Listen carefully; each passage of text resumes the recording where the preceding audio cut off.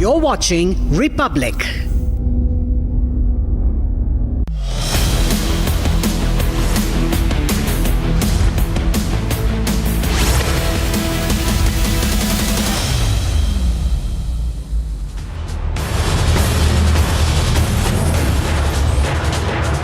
A very warm welcome, viewers. You're watching the latest edition of Forces First, and I am Rakshita Mishra with you, viewers. We have a power-packed lineup of all the stories.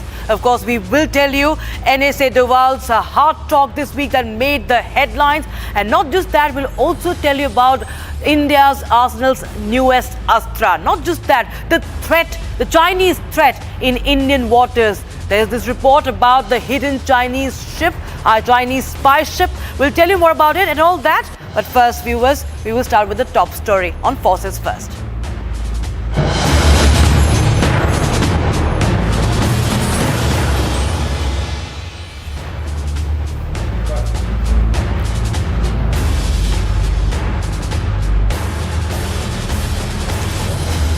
So viewers, this week India's National Security Advisor, Ajit Doval, viewers, he has been at the forefront as far as Operation Sindoor is concerned. He doesn't speak much, but when he does, he talks straight. He talks tough, and in the latest, he has thrown a dare. He has dared the foreign media to show proof, if at all there is, about the damage on Indian side, the reported damage on Indian side during Operation Sindoor. It's the first time that he has spoken out, and how, since the Operation Sindoor, he has delivered a hard reality check to the sanctimonious sanctum of foreign media spinning Pakistan's narrative on Operation Sindoor. In his address at IIT Madras this week, he did not just defend India's military precision. He left no glass pane unbroken in the house of biased reporting. This is the story of how India, with a 23-minute masterstroke, not only hit terror targets in Pakistan, but also gave a befitting reply to those peddling half-baked truths, or rather unchecked reports parroting Pakistan's lies. Listen into Doval. A lot of things are said that this thing, foreign press and all these things, they said Pakistan did that and this. You tell me one photograph, one imagery. These days, these imageries are from the satellites all over the world. They are this thing, which shows any Indian damage being done, even a glass pane having been torn. I don't know, only our forces will be knowing what's happening in this thing, but I am just telling, they brought out photographs, they wrote this thing, the New York Times put out this thing. Only imagery, they said 13 air bases of Pakistan now and now, before 10th May and after 10th May. Whether it was in Sargoda, or it was in Rahim Yar Khan, or it was in Chaklala, or it was in Rawalpindi, any of the places that there are 13 important air bases, including the Bellary, where they have got the AVAX, the control systems. Now, I'm not telling any of this thing. I'm only telling what the foreign media, on the basis of the imageries, have put the images and so we're very able to achieve it. We are capable of doing that. We have to develop our indigenous technology. Mention was made here of Sindoor. We are really proud of it, not for necessarily what people perceive, that how much of an indigenous content was there. We are proud of it, that some of the best systems that worked, whether it was our BrahMos systems, whether it was our integrated air control and command systems, whether it was our radars, whether it was the whole this of it that was being done at the battlefield surveillance about the position out there. We decided to have 9 terrorist targets in the crisscross of Pakistan. It was not on the border area something, which we thought were there this way. We missed none. We hit nowhere else except that. And it is also not that this was a very, it was precise to the point where we knew who is where. Entire operation took was started at 5 minutes past 1 and was over at 28 minutes past 1. 23 minutes. So there you have it, the Grandmaster of India's security chessboard, viewers. Remember, viewers, this is a pattern that everybody in India has observed. The foreign media decides to play Pakistan's tune, claiming Indian assets were damaged in retaliatory strikes. But the NSA hit back with only one hard question, that the Western lobby furnishes only one photograph or one image of Indian damage to prove their claims, not verified reports that were playing. But why is it, viewers, that some Western outlets are so eager to lap up to Pakistan's claim? Doval's dare was not just a challenge to produce evidence, it was a broader indictment of a media ecosystem that often paints India as the aggressor while glossing over Pakistan's terror-sponsoring credentials. In fact, we've seen how they continue to ask about the Rafales. Now remember, the Indian Air Force with 15 BrahMos missiles and a symphony of indigenous tech did not just dismantle terror hubs in Pakistan, it also crippled Pakistan's Chinese-backed air defense systems. Yet, the headlines abroad screamed of quote-unquote escalation and collateral damage on India's side. Claims that Ajit Doval has dismissed with a flourish. They till date keep talking about Rafale jets, and in the latest report, remember, has surfaced about Pakistani ally China peddling a smear campaign against Rafale, viewers. Even last month, the Chief of Defence Staff General Anil Chauhan had said that almost 15% of the operational time during Operation Sindoor was spent countering fake narratives and disinformation, as he described the 4-day hostilities with Pakistan as a non-contact and multi-domain conflict involving both kinetic and non-kinetic elements that exemplifies the future of war. So, viewers, the foreign media's attempt to spin Pakistan's narrative was met with a challenge that they could not answer, not even any of these international media outlets. India's response to propaganda wasn't just about refuting lies, it was about showcasing a nation that can strike hard, innovate harder, and call out the nonsense with a smirk. India is not a soft power today, it hits hard and talks with hard facts. All right, viewers, now we shift our focus to the other story on Forces First that we are bringing to you today. And this is about the aging Jaguar, I beg your pardon, the Indian Air Force's Jaguar fleet, viewers. We will change the story now. It's been a vital pillar of our nation's military might since its induction in 1979.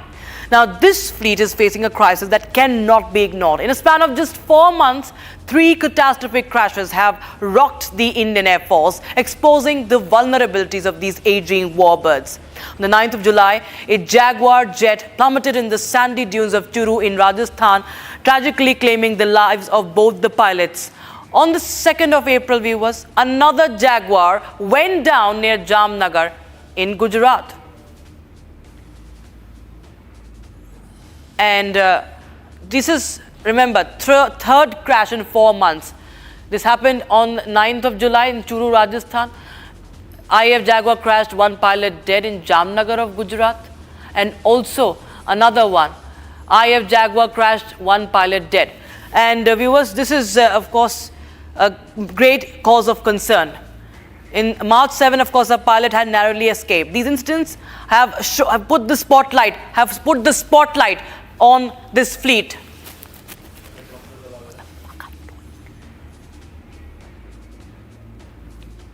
All right, viewers, in fact, we also spoke to one of the relatives of the victims.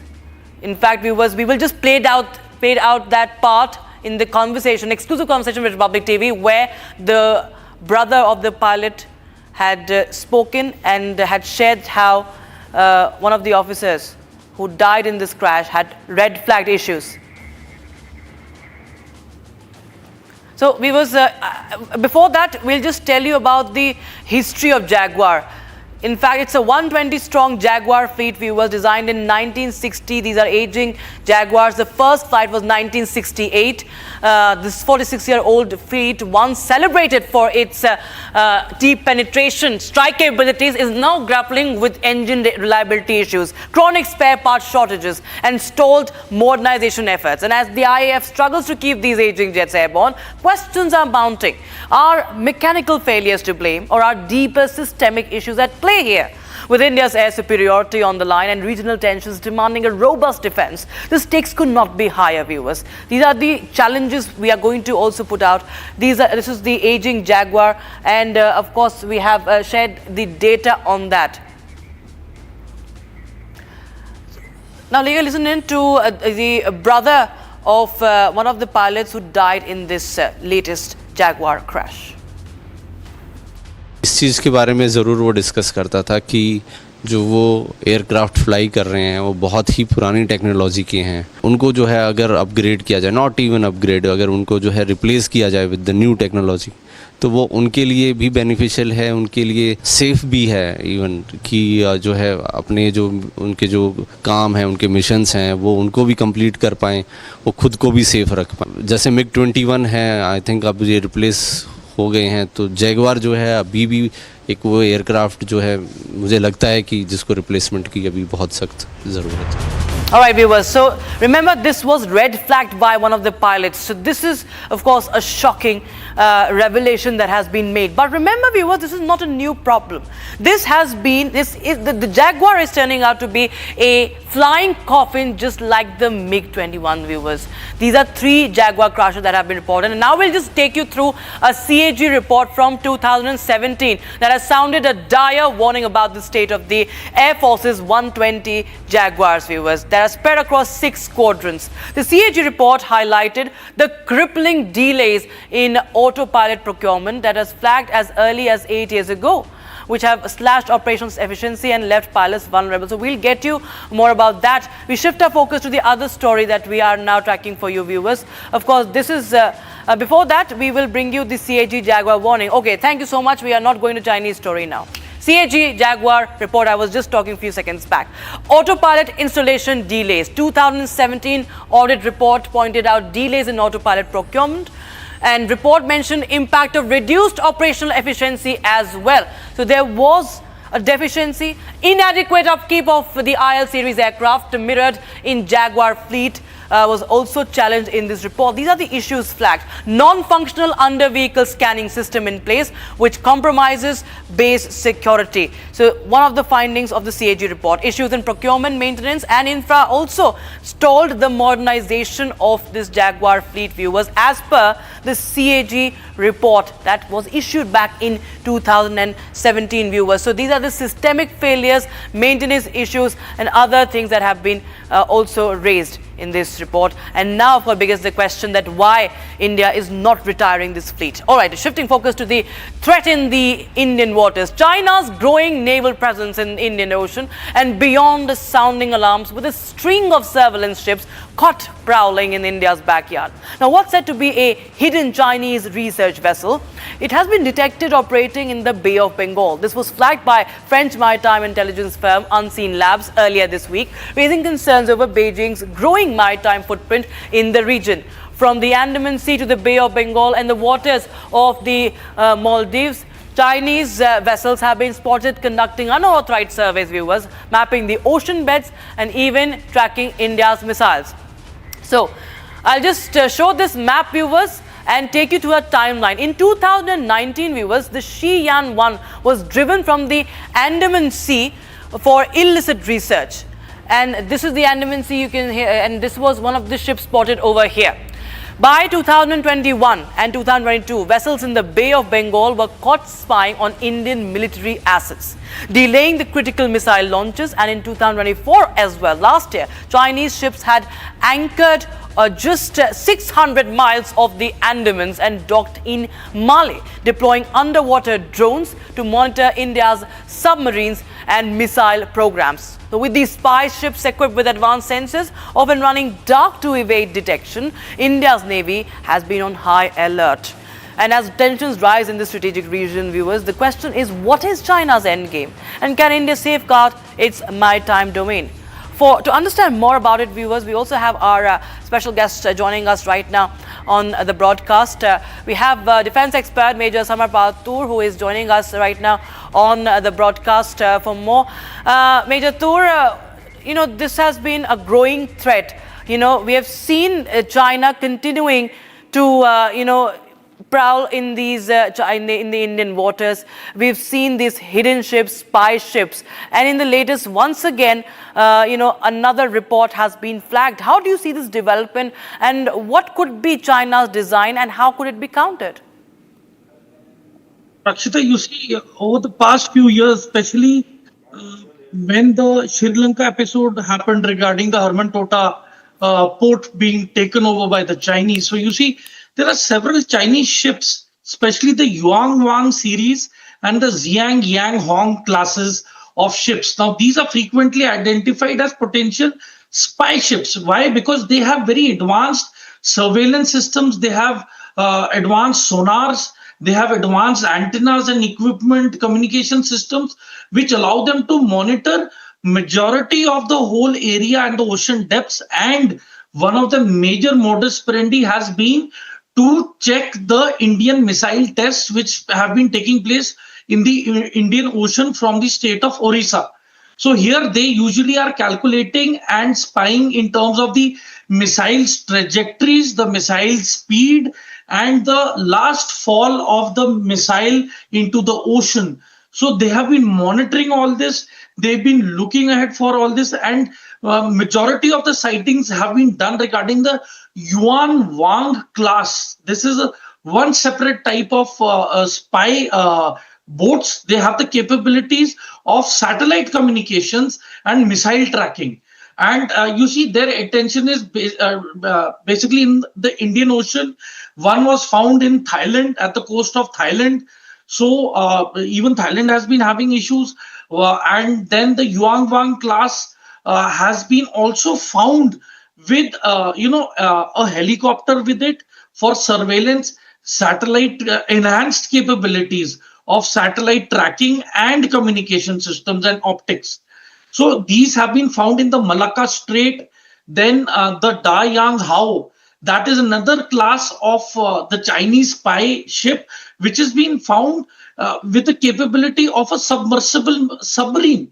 So this is a ship which carries a remote controlled submersible submarine, which can go up to a very large depth away from the actual boat and carry out surveillance and tracking. So you see, China has very different classes of the surveillance ships. One is the Haiyang Shiyu 760, then they have the Xi'an 1, as we had mentioned before. So you see, this presence is all interconnected. It is connecting to the Indian Ocean. It is connecting to the Coco Islands. It is connecting to the Malacca Strait, and then it proceeds to the Philippines, the Singapore, and then Malaysia and Myanmar, right up to Japan. So these are ships which are actively involved in observation and spying. This has become a very constant issue, and probably this will be taken up in the UN, and there will be monitoring of these ships, and they will even be asked to retreat from the international waters if seen as a threat by the Indian Navy. Rakshita. Right, Major Tool, thank you so much for joining us with those, with your thoughts and your understanding of this story that we are bringing to our viewers. Now we shift our focus to the other story. Now, this is a ground report from Republic TV. It's a special report coming to you from South Kashmir's Pahalgam, where the sacred Amarnath Yatra is underway. And it's wrapped in a cocoon of unparalleled security this time. Today, we shine a spotlight on the fearless women of the border security forces. First, BSF's female troopers who have descended upon Pahalgam's rugged terrain, ensuring the safety of lakhs of pilgrims trekking at the holy grave shrine. And in the wake of the devastating 22nd April terror attack that claimed 26 lives in this very region, viewers, these women warriors are not just guarding the routes, they're rewriting the narrative and resilience and vigilance in one of India's most sensitive zones. In fact, intelligence inputs pointing to female overground workers aiding terror groups in Kashmir have raised the stakes, which makes the presence of these highly trained women troopers not just strategic but indispensable. My colleague Arawat is bringing you exclusive reports from the Yatra route. He's also tracked the special security measure and the medical assistance camps. In a unique effort, a mini hospital has also been set up for the pilgrims. Here's a ground report. As we have seen that the security has been beefed up across the Kashmir Valley, but right now we are here in the Pahalgam, and this is the special checkpoint, as my video journalist can show you from this very side. These are the female troopers of the border security forces to tackle the situation in the Kashmir Valley. Earlier we have seen in the parts of the Kashmir Valley, there used to be the female OGWs who used to transport the arms and ammunition from one location to another location to help the terrorists. But this time we have seen authorities have deployed these female troopers here in the parts of the Kashmir Valley, and you can see they're having the latest technology equipments, including the latest weapons in the Kashmir Valley, as you can see here in the visuals. Already we have seen in the parts of the Kashmir Valley, particularly in the North Kashmir, where we have seen from the female OGWs, pen pistol and other arms and ammunition have been recovered in the earlier, and then after you can see these kind of female troopers have been deployed at the sensitive location in the Kashmir Valley, particularly whether it's from the line of control, it's international border, or it's the hotbed of the militancy in the parts of the South Kashmir. And you can see here in the visuals that the female troopers of the border security forces are having the latest technology equipments, and you can see the special checkpoint have been established to have a look here at the sensitive locations in the Kashmir Valley. As you can see the checkpoint, as already we have seen that the Amarnath Yatra is going on. Also we have seen that the high alert has been sounded in the Kashmir Valley, particularly from the this way side, particularly in the South Kashmir. We have seen that the high alert have been issued, and these kind of checkpoints have been established at the sensitive locations across the Kashmir Valley. इस वक्त मौजूद है पहलगाम में और लगातार हम देख रहे हैं किस तरह से बाबा बर्फानी के दर्शन के लिए यहाँ पर श्रद्धालु पहुंच रहे हैं, और बीएसएफ की तरफ से यहाँ पर एक हॉस्पिटल भी जो है यहाँ पे इंस्टॉल किया हुआ है। अलग लोकेशंस पे अलग अलग स्टॉल से मेरी विजय अगर आपको यहाँ पर दिखा पाए किस तरह से यहाँ पर जो पेशेंट्स यहाँ पहुंच रहे हैं उनका ट्रीटमेंट हो रहा है। यहाँ पर हम देख रहे हैं विजुअल्स में किस तरह से यहाँ पर जो बॉर्डर सिक्योरिटी फोर्सेस के जो डॉक्टर है वो यहाँ पर मौजूद है, और इसी तरह के जितने भी इमरजेंसी ट्रीटमेंट्स हो रहे हैं पूरे पहलगाम घाटी की अगर हम बात करें, यहाँ पर जो डॉक्टर हैं बॉर्डर सिक्योरिटी फोर्सेस के, उनसे भी हम बात करने की कोशिश करेंगे, जो हमें बताएंगे कि किस तरह से यहाँ पर पेशेंट्स आ रहे हैं। सर हमें बताइए आप किस तरह के पेशेंट जो है यहाँ पर हाई ऑल्टीट्यूड पर आपके पास पहुंच रहे हैं? देखिए यहाँ पे मेनली हम रेंडमली जो एज्ड पेशेंट्स होते हैं उनका चेकअप करते हैं। आइदर किसी को जैसे हाइपरटेंशन की प्रॉब्लम है या कोई ब्रीदिंग डिफिकल्टी है, तो मेनली उन्हीं लोग को हम जो है एक मेडिकल एडवाइस या कोई प्रॉब्लम हो उनका बीपी वगैरह मॉनिटर करके, तो बाकी जर्नी में उनको कोई दिक्कत ना आए उससे रिलेटेड जो है जो मेडिकल एडवाइस है वो देते हैं। इन केस अगर कोई एक्सीडेंट वगैरह कुछ होता है तो उसके लिए फर्स्ट एड वगैरह एम्बुलेंस वगैरह? एम्बुलेंस है यहाँ हमारे पास, बेसिक लाइफ सपोर्ट वाली एम्बुलेंस रेडी रहती है, वो 24/7 तैयार रहती है। तो कभी भी कोई भी इसी हमारे एरिया में कोई ऐसी बात होने से वो हमारी एम्बुलेंस उसके लिए तैयार होती है। We have seen that the security is on alert across the Kashmir Valley. You can see, my VG can show the visuals from this very side. These kind of bunkers have been established at the various sensitive locations across the parts of the Kashmir Valley, and you can see these are the visuals from the Pahalgam where the devotees are coming for the Amarnath Yatra. And you can see this is the unique gesture by the border security forces, and you can see they are distributing biscuits and toffees and other sweets to pilgrims here to give a positive message. Already we have seen that the terror attack took place in the Pahalgam, but thereafter we have seen that a large gathering of the people can be seen here, and also we have seen that all the security arrangements are on the place, and you can see that the border security forces are exchanging the sweets and other stuff with the locals and also with the yatris. We are also going to speak with some of the yatris who have reached here. आप मुझे बताइए आप कहाँ से हैं और कैसे सुविधा आपको यहाँ पे लग रही है?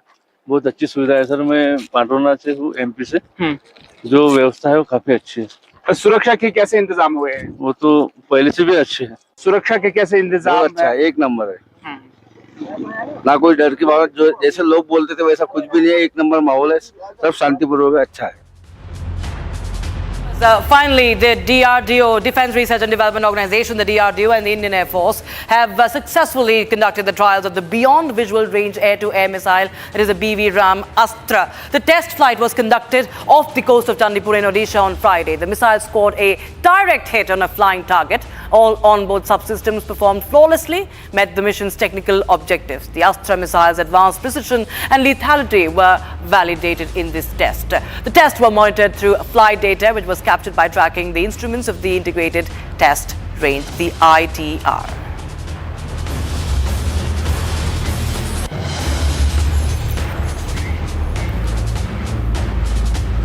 All right, viewers, that's all we could pack in this edition of Forces First. Hope you liked it. Thanks for watching and Jai Hind.